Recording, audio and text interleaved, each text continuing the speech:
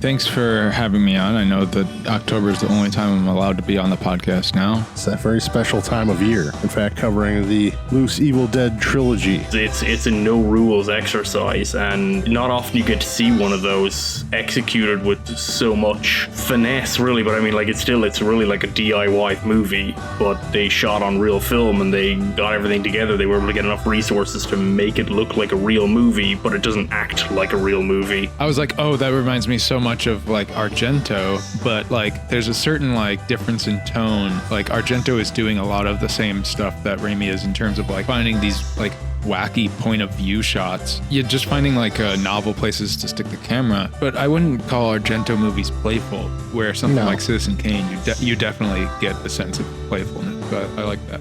Yeah, Argento is much more serious in how he views himself. I would say, like, this movie is certainly steeped in classic Hollywood in a truly remarkable way. Like, you don't come out of film school with that sense unless you're really paying attention, and you're just he's just a fucking savant. This thing, it comes from outer space. Like, it's just got yeah, I really like the idea of just having this thing that can just like shape shift, to have it just be like this constant force of bad that can come up. It just makes it fun. It's almost like going through like a roller coaster ride at an event, and something can pop up at any moment.